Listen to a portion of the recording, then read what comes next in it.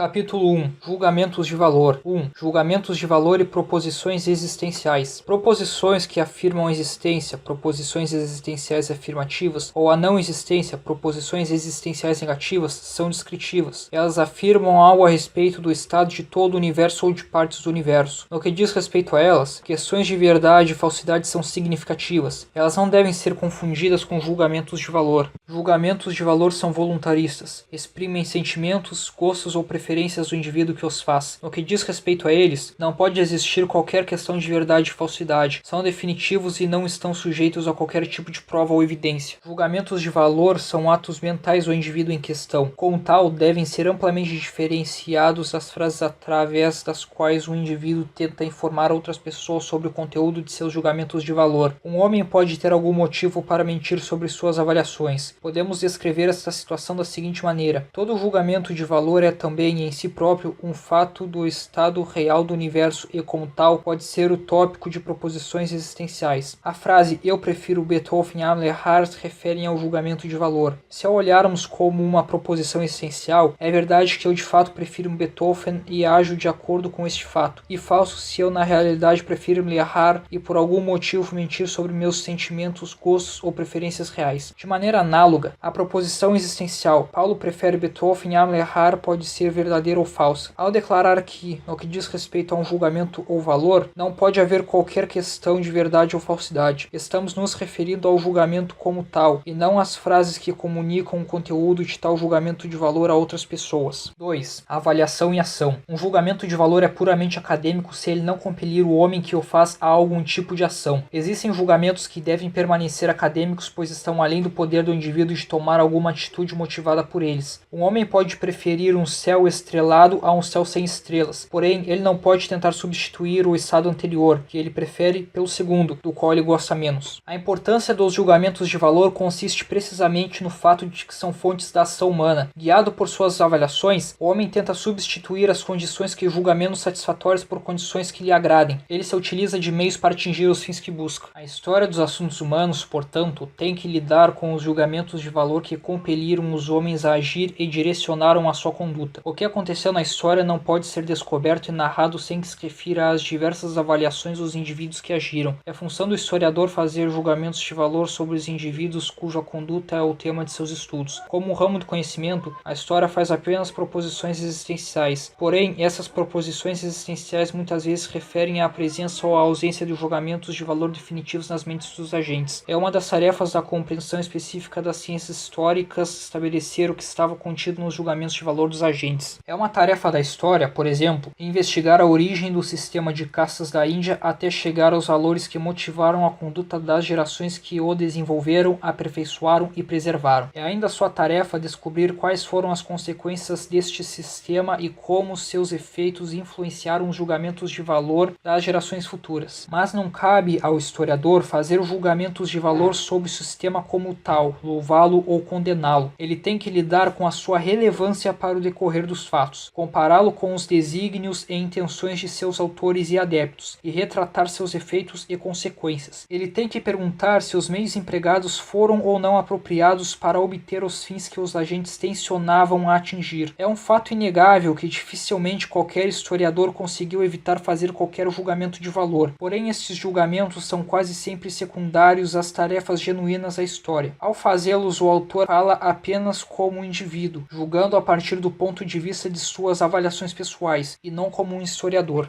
3. A subjetividade da avaliação. Todos os julgamentos de valor são pessoais e subjetivos. Não existem julgamentos de valor além daqueles que afirmam que eu prefiro, eu gosto mais, eu desejo. Ninguém pode negar que diferentes indivíduos discordam profundamente no que diz respeito a seus sentimentos, gostos e preferências, e que até os mesmos indivíduos, em diversas ocasiões de suas vidas, valorizam as mesmas coisas de diferentes maneiras. Tendo em vista este fato, é inútil falar sobre valores absolutos e eternos. Isto não significa que cada indivíduo extraia suas avaliações de sua própria mente. As pessoas, em sua grande maioria, obtêm suas avaliações a partir do meio social em que nasceram e cresceram, onde moldaram sua personalidade e foram educados. Poucos homens têm o poder de se desviar do conjunto tradicional de valores e estabelecer sua própria escala do que parece ser melhor e do que parece ser pior. O que o teorema da subjetividade da avaliação significa é que não há um padrão disponível que nos permita rejeitar qualquer julgamento julgamento definitivo de valor como errado, falso ou errôneo, do mesmo modo em que podemos rejeitar uma proposição existencial como manifestadamente falsa. É vão argumentar sobre julgamentos definitivos de valor da mesma maneira que argumentamos sobre a verdade ou a falsidade de uma proposição existencial. Assim que começamos a refutar através de argumentos um julgamento definitivo de valor, olhamos para ele como um meio para atingirmos determinados fins. Porém, o que fizemos então foi apenas mudar a discussão para outro plano. Não mais enxergamos o princípio em questão como um valor definitivo, mas como um meio para atingirmos um valor definitivo, e novamente nos deparamos com o mesmo problema. Podemos, por exemplo, tentar mostrar a um budista que agir de acordo com os ensinamentos de seu credo resulta em efeitos que consideramos desastrosos. Porém, seremos silenciados se ele responder que estes efeitos são, em sua opinião, males menores ou sequer são males, quando comparados ao que de fato resultaria com a não observância de suas regras de conduta. Suas ideias a respeito do bem supremo, felicidade e bênção eterna são diferentes das nossas. Ele não dá importância para os valores com os quais se preocupam seus críticos e procura satisfação em coisas diferentes deles. 4. A estrutura lógica e sintática dos julgamentos de valor. Um julgamento de valor vê as coisas do ponto de vista do homem que o faz. Ele não afirma nada sobre as coisas tais como elas são. Manifesta uma resposta efetiva de um indivíduo a condições definidas do universo em comparação com outras condições definidas. O valor não é intrínseco, não está nas coisas e nas condições, mas no sujeito que as avalia. É impossível atribuir valor a apenas uma coisa ou a um estado de coisas. A avaliação invariavelmente compara uma coisa ou condição a outra coisa ou condição. Ela estabelece uma graduação entre diversos estados do mundo externo. Contrasta uma coisa ou estado, sejam eles reais ou imaginários, com outra coisa ou estado, sejam eles reais ou imaginários, e coloca-os numa escala daquilo que o autor daquele julgamento goste mais ou menos. Pode ser que o indivíduo, fazendo o julgamento, considere ambas as coisas ou condições imaginadas como iguais. Ele não está preocupado se existe A ou B. Se o julgamento de valor, então, exprime indiferença, nenhuma ação pode resultar de uma disposição neutra como esta. Por vezes, a expressão de um julgamento de valor é elíptica e faz sentido apenas quando completada apropriadamente pelo ouvinte. Eu não gosto de sarampo, significa eu prefiro a ausência de sarampo à sua presença. Essa incompletude é a marca característica de todas as referências à liberdade. Liberdade invariavelmente significa liberdade de